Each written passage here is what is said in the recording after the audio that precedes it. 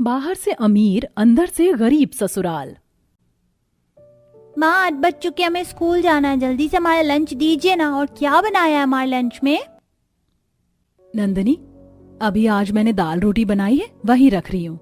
माँ आपको पता है ना, हम ये गरीब वाली रोटी सब्जी स्कूल में ले जाएंगे तो हमारा कितना मजाक उड़ेगा। आप तो जानती है ना, हमें थोड़ा दिखावा करना पड़ता है। स्कूल में बच्चे कटलेट, पास्ता, मैगी ये सब लेकर आते हैं, आप भी दिया करो। हाँ, तो ये सब भी तुम लोगों ने ही शुरू करवाया है। बहुत स्कूल में बोलते थे, माँ बच्चे हमें चिढ़ाते हैं, सब अमीर बच्चे आते हैं, ऐसा करो। आज स्कूल में कह देना हमारी मम्मी क्या बोलते हैं इंग्लिश में, हेल्थ कॉन्शियस हैं, इसलिए हमें हेल्दी खाना दिया है। ठीक है माँ। फिर दोनों बच्चे स्कूल चले जाते हैं। तभी सास सरोज कहती है, अरे बहू क्यों बच्चों को डांटती रहती है? सिर्फ बच्चों की वजह से थोड़ी हो रहा है, हमारी तरफ से भी कुछ दिक्कतें रही थी, जिसके बाद हमने अमीर बनने का दिखावा शुरू कर दिया। याद है ना वो दिन? हाँ माँ जी। अरे स्वर्णा जी, आप हमारे घर पर आई थी, आपको हमारा घर कैसा लगा? वैसे आपका घर भी बहुत लग्जरी और अमेजिंग है। क्या पेंटिंग है, क्या झूमर है, क्या दीवार है, और बाहर से भी घर बहुत सुंदर है। Thank you for the compliment Saudamini ji, हमें भी आपका घर बहुत सुंदर लगता है। आपका घर बहुत क्लासी है। वैसे सरोज, मैं तुम्हारे घर नहीं आई, लेकिन सौदामिनी, आप तो उनके घर गई होंगी ना? अरे आपने उनके घर की बात क्यों कर दी? इनका घर तो बाहर से इतना गरीबों वाला है, इसलिए मैं अंदर मिलने नहीं आई। खामखा ये लोग शर्मिंदा हो जाते। क्यों मंजरी बहू? सरोज, मैंने ठीक बोला ना? वो हमारे घर के हालात थोड़े ठीक नहीं है ना, इसलिए घर थोड़ा ऐसा ही है। कुछ सालों में नया घर बनवाएंगे। हाँ, इसके लिए तो मेरे पति भी दिन रात मेहनत करते हैं, और अभी देवर जी की भी तो शादी होनी है। ओहो, जब तुम लोगों का घर बाहर से ही ऐसा है तो नई बहू को छोटे से घर में कैसे रखोगे? कम ऑन, मिडिल क्लास से बाहर आओ, थोड़ा अमीर बनना सीखो, वरना ऐसे ही हर पार्टी में तुम लोगों की बेइज्जती हुआ करेगी। ऐसा कहकर सौदामिनी, स्वर्णा दोनों गरीब सरोज मंजरी पर हंसने लगते हैं। ये बात घर आकर उन्हें बहुत चुभती है, और बच्चे भी स्कूल से आकर अपनी गरीबी के बारे में बता देते हैं। माँ जी, मुझे बिल्कुल अच्छा नहीं लगा। ये दूर के रिश्तेदार सच में खराब होते हैं। देखा ना आपने, खुद अमीर हैं तो हमें उछाल दिया सबके सामने। मुझे तो लगता है माँ जी वो ठीक कह रही थी स्वर्णा चाची, हमें अमीर बनना सीखना ही होगा, वरना हमारी और हमारे बच्चों की बेइज्जती हर जगह होगी। मंजरी, तुम ये क्या बोल रही हो? पता है ना, घर की आर्थिक स्थिति सुधारने के लिए, घर को अच्छा बनवाने के लिए हमें कम से कम 50 लाख रुपए की जरूरत है। कैसे करवाएंगे ये सब? घर में पुराने पलंग हैं, सोफा नहीं है, चटाई है, रसोई भी गांव जैसी है, हैंडपंप है, मोटर भी नहीं लगी। घर में बातों से कुछ नहीं होगा मंजरी। आपने बिल्कुल ठीक कहा, लेकिन हमारे अकाउंट में 1 लाख तो है ना, हम बाहर से अपना घर अच्छा बनवा लेते हैं। बच्चे लोगों को तो ये नहीं लगेगा ना कि हमारा घर बाहर से भी गरीब है। अंदर का हम धीरे धीरे ठीक कर लेंगे। और रही बच्चों की बात, तो मैं थोड़ा उनको अच्छा अच्छा खाना देने की कोशिश करूंगी। बहू, क्या अमीरी का दिखावा करने से हमारी परेशानी खत्म हो जाएगी? ज्यादा नहीं हमारी, लेकिन थोड़ी सी हो जाएगी। हमारे बच्चे को कोई स्कूल में ना परेशान करेगा, ना कोई गरीब बोलेगा। बाहर से लोग हमारे घर को देखकर बातें नहीं बनाएंगे। हाँ, जो घर के अंदर आएंगे हम उन्हें आने नहीं देंगे।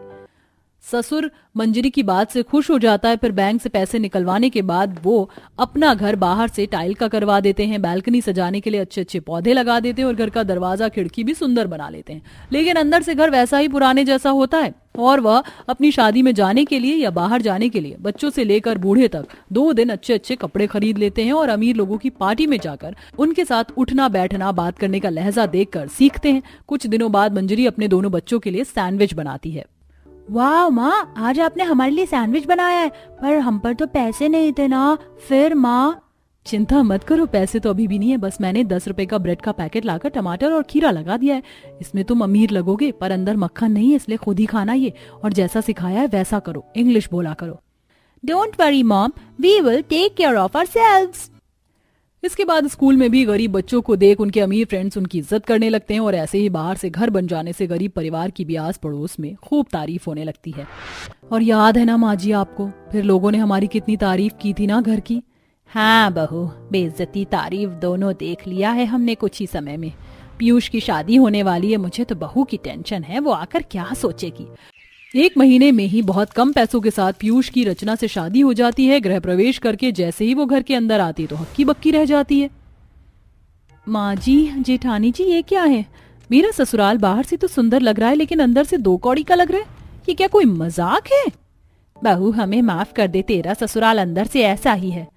लेकिन माँ जी क्यों? फोटो में तो मुझे घर बाहर से बहुत अच्छा दिखाया था। रचना, मैं तुमसे कोई झूठ नहीं बोलना चाहता, सीधी बात करता हूँ। हमारी बहुत बेइज्जती होती थी गरीब होने की वजह से, इसलिए हमने घर को बाहर से अच्छा बनवा लिया। लेकिन धीरे धीरे ये भी हो जाएगा। एकदम से तो घर नहीं बनता ना। आई होप कि तुम समझो। ठीक है। चाची चाची आप बहुत अच्छी लग रही हैं। क्या आप शादी में सबको अच्छा दिखना चाहती थी या आप सच्ची में पैसे वाली हो? क्योंकि आपका लहंगा तो बहुत महंगा लग रहा है। माँ जी, पीयूष, बच्चे भी यही बातें करते हैं। हाँ चाची, हमें अपने घर के हालात पता है, इसीलिए। बहुत बातें हो गई बच्चों, तुम सब थक गए होगे ना। जाओ सब आराम करो। ठीक है दादाजी। सब सोने चले जाते हैं। अगले दिन अमीर घर की बहू को गरीब रसोई में खाना बनाने में बहुत परेशानी का सामना करना पड़ता है। चूल्हे पर खाने का इंतजाम करती है। इसके बाद रचना की पहली रसोई हो पाती है। दिन गुजरते हैं। रचना बड़ी मुश्किल से अपने गरीब ससुराल में एडजस्ट कर पाती है। पीयूष, हम घर में कैसा खाना खाते हैं? ये दाल प्याज रोटी भी कोई खाना होता है? आज मैं घर में कुछ अच्छा सा बनाना चाहती हूँ। लेकिन 2 दिन से भैया और मैं कोई सब्जी लेकर नहीं आए हैं। फ्रिज में बस पालक की डंडी, एक गाजर, आधा टमाटर पड़ा हुआ है बस। कोई बात नहीं, आज रात को हम सब सूप पियेंगे। रात को रचना बची हुई सब्जियों से सूप बना देती है, जिसे पीकर घर वाले बहुत खुश होते हैं। वाह बहू, घर में कुछ न होने के बाद भी तूने 5 स्टार होटल जैसा सूप बना दिया। थैंक यू पापा जी। अगले दिन नंदनी और अभी फैंसी ड्रेस कंपटीशन की वजह से रो रहे थे। उनके पास कोई कपड़े नहीं थे। बच्चे अपने चाचा के पास आते हैं। फिर रचना अभी को पुराने कपड़ों के साथ कैसे तैयार करती है, जिससे वो एक असली का और नंदनी के कपड़ों को काट कर ऐसा डिजाइन करती है कि एक सुंदर सा गाउन बन जाता है। बच्चे यही पहनकर स्कूल में जाते हैं तो फर्स्ट प्राइज लेकर आते हैं। चाची, माँ, दादी, दादा, पापा, चाचू, देखो हम फर्स्ट प्राइज लेकर आए। प्रिंसिपल को हमारी ड्रेस बहुत अच्छी लगी। देखा, मैंने कहा था ना। सब लोग बहुत खुश होते हैं कि सौदामिनी घर के अंदर आकर जोर जोर से हंसने लगती है। ये क्या सरोज, मैंने सोचा था तूने अपना घर बनवा लिया, लेकिन अंदर से तो कबाड़ा ही है। सच बता, मेरी बात सुनकर तूने घर बाहर से बनवाया था ना? सौदामिनी, अपने आप को इतना अच्छा मत समझ कि मुझे तेरी बातों से फर्क पड़ेगा। हम बस धीरे धीरे अपना घर बना रहे हैं, तो हमने पहले बाहर से ही बना लिया। झूठ मत बोल। उस दिन जब मैंने स्वर्णा के सामने तेरे परिवार की बेइज्जती की थी, उसके बाद तू जितनी भी पार्टी में आई है ना, बहुत अच्छे से कपड़े पहन कर आई थी। और ये घर भी उसके बाद ही बनवाया तूने, बाहर से। पर देखो, अंदर से तो गरीब की गरीब ही है। मैं चलती हूँ, क्योंकि तुम्हारे पास मेरी खातिरदारी करने के लिए कुछ खाने पीने को थोड़ी होगा। ये कहकर सौदामिनी चली जाती है और रचना को बहुत बुरा लगता है। देख लिया माँ जी आपने, सिर्फ अमीर होने का दिखावा करने से कुछ नहीं होगा। हमें अपना स्टेटस हकीकत में अमीर वाला बनाना होगा, वरना कोई भी हमारे घर के अंदर आकर ऐसे ही मजाक उड़ाएगा। मैं पढ़ी लिखी हूँ माँ जी, मैंने जॉब भी की है। मैं घर को सुधारना चाहती हूँ। ओह, मम्मी की पेंटिंग गिर गई मुझसे। वाओ, ये पेंटिंग दीदी आपने बनाई है? वो भी अपने हाथों से? या ये भी दिखावे का हिस्सा है? रचना, कैसी बातें कर रही हो? घर में खाने के लिए पैसे नहीं है, मैं पेंटिंग क्यों खरीदूंगी? ये तो मैंने बनाई है। सच में आप इतनी अच्छी पेंटिंग करती हैं तो दीदी, आप अपनी कलाकारी को सही जगह इस्तेमाल क्यों नहीं करती? आपने ऐसी पेंटिंग बनाई है, मैं इसे ऑनलाइन बेचूंगी। आप मानेंगी नहीं, आपके घर बैठे बैठे एक पेंटिंग के 5 से 10 हजार रुपए मिल जाएंगे। क्या सच में रचना, ऐसा हो सकता है? हाँ दीदी। फिर रचना ऑनलाइन एक वेबसाइट बनाती है और जॉब करती है। दूसरी तरफ मंजरी भी बहुत सारी पेंटिंग बनाती है। 2 महीने के भीतर ही उसकी पेंटिंग ऑनलाइन महंगी महंगी बिकना शुरू हो जाती है। साथ ही दोनों के पति बहुत मेहनत करते हैं और मात्र 8 महीने में चारों मिलकर इतने अच्छे पैसे जमा कर लेते हैं कि अपने घर को सिर्फ बाहर से ही नहीं, अंदर से भी लग्जरी बनवा लेते हैं। और अब कोई भी उनके घर अंदर से गरीबी वाला नहीं बोलता था, ना ही उन्हें अमीरी का ढोंग करना पड़ता था। देखो देखो, वो सब्जी कितनी स्वादिष्ट लग रही है। पता है उसे क्या बोलते हैं? उसे शाही पनीर बोलते हैं। बहुत टेस्टी लग रहा है ना? चलो हम दोनों खाते हैं। मुकुल और परी दोनों ही गरीब परिवार के बच्चे थे। उन दोनों की हालत भी बहुत ज्यादा खराब थी। वो दोनों गलती से एक शादी में घुस गए थे और वहां उन्होंने शाही पनीर की सब्जी देख ली। वो जैसे ही खाने जाते हैं, शादी वाले लोग उन्हें देखकर रोक देते हैं। सिक्योरिटी गार्ड, कहाँ पर हो तुम सभी? वेटर, तुम लोगों के होते हुए भी यहाँ भिखारी घुस गए हैं। Oh my God, very poor kids. इन्हें जल्दी से यहाँ से बाहर निकालो, ये हमारी पार्टी खराब कर रहे हैं। इस तरह सिक्योरिटी गार्ड आते हैं और उन्हें धक्के मार मार कर वहां से बाहर निकालने लगते हैं। उनकी गरीब माँ उन्हें ढूंढते हुए उस शादी के टेंट के बाहर आ जाती है। अरे निकलो यहाँ से, आगे मुंह उठाकर। इतनी बड़ी पार्टी में शाही पनीर खाने के लिए आए थे, चप्पल खाने लायक हो तुम लोग। ये सब उनकी माँ सुन लेती है और वो फौरन उनके पास आती है। तुम दोनों की हिम्मत कैसी हुई मेरे से बिना पूछे यहाँ शादी में आने की? ममता इतना कहते ही अपने दोनों बच्चों को जोरदार तमाचा मारती है। बच्चे वहां रोने लगते हैं। माँ, हमें मत मारो, हमें भूख लगी थी इसलिए यहाँ पर आ गए थे। माँ, हमें भूख लगी है माँ, हमें शाही पनीर की सब्जी खानी है। शाही पनीर की सब्जी खानी है तुम्हें? रुक जाओ, तुम्हें शाही पनीर की सब्जी तो मैं खिलाऊंगी। ममता उन्हें गुस्से में वहां से अपने घर ले आती है, जहां वो अपने बच्चों को गुस्से में डांटने लगती है। कितनी बार मना किया है तुम लोगों को, भिखमंगों की तरह वहाँ टेंट में खाने पहुँच गए। हमें आप कभी कुछ अच्छा नहीं खिलाती हो, एक शाही पनीर तक नहीं खिलाया गया आपसे। एक तो शाही पनीर खिलाती नहीं हो, ऊपर से मारती भी हो। ममता के डांटने पर दोनों बच्चे रो रहे थे। तभी घर पर कैलाश आ जाता है। क्या हुआ, क्यों रो रहे हैं बच्चे? कैलाश के पूछने पर ममता उसे सब कुछ बताती है। चिंता मत करो मेरे बच्चों को मैं शाही पनीर की सब्जी जरूर खिलाऊंगा, बस मुझे थोड़ी सी ज्यादा मेहनत करनी होगी। गरीब माता पिता क्या ही करते, बच्चों को शाही पनीर खिलाने के लिए वो मेहनत करना शुरू कर देते हैं। कैलाश अपनी कंपनी में 2 गुना ज्यादा काम करता है ताकि वो एक्स्ट्रा पैसा कमा सके, लेकिन इतनी मेहनत के बाद भी उसके पैसे बचते ही नहीं। आपकी तनख्वाह कब मिलेगी? राशन की दुकान वाला हमें राशन नहीं दे रहा है, घर में खाने को कुछ भी नहीं है। तभी बच्चे स्कूल से आते हैं। पिताजी, हमें स्कूल से आज बाहर कर दिया गया क्योंकि हमने स्कूल की फीस नहीं भरी। आपने हमारे स्कूल की फीस क्यों नहीं भरी पिताजी? चिंता मत करो, मैं आज ही तुम्हारी स्कूल की फीस भर दूंगा और राशन वाले को पैसे दे दूंगा। आज ही मुझे तनख्वाह मिली है।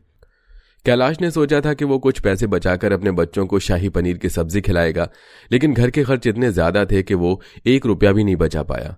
एक राशन की दुकान, दूसरी तरफ किराए का मकान और तीसरी तरफ बच्चों की स्कूल की फीस। चारों तरफ पैसा जाता है और खत्म हो जाता है। आखिरी में बच्चे शाही पनीर खाने की उम्मीद में बैठे होते हैं। पिताजी, आपने शाही पनीर नहीं बनवाया? अगले महीने बनवा दूंगा बेटा, इस महीने हाथ थोड़ा तंग है। इस तरह 1 से 2 महीने, फिर 3 महीने बीत जाते हैं, लेकिन शाही पनीर नहीं आता। घर की परेशानियों को देखकर ममता एक दिन खुद से कहती है, आखिर कब तक ये सारी परेशानियां देखनी पड़ेंगी? मेरे बच्चों को मैं इस हालत में और नहीं देख सकती, मुझे ही कहीं काम ढूंढ लेना चाहिए। ममता काम ढूंढने निकलती है, लेकिन उसे काम नहीं मिलता। कहीं सिलाई की दुकान पर तो कहीं कपड़ों की दुकान पर, उसे कहीं काम नहीं मिलता। इतने दिनों से काम ढूंढ रही हूँ, लेकिन कहीं काम भी नहीं मिल रहा। आखिर करूँ तो करूँ क्या? ममता घर में परेशान होकर बैठ जाती है। एक दिन वो सब्जी मंडी जाती है तो रास्ते में एक रेस्टोरेंट पड़ता है जहां वैकेंसी ओपन का बोर्ड लगा होता है। क्या पता यहाँ बात बन जाए, एक बार ट्राई करने में क्या ही जा रहा है। ममता रेस्टोरेंट के अंदर जाती है और अपनी नौकरी की बात करती है, जहां उसे होटल के अंदर सर्विस की नौकरी मिल जाती है। वो नौकरी पाकर बहुत खुश होती है।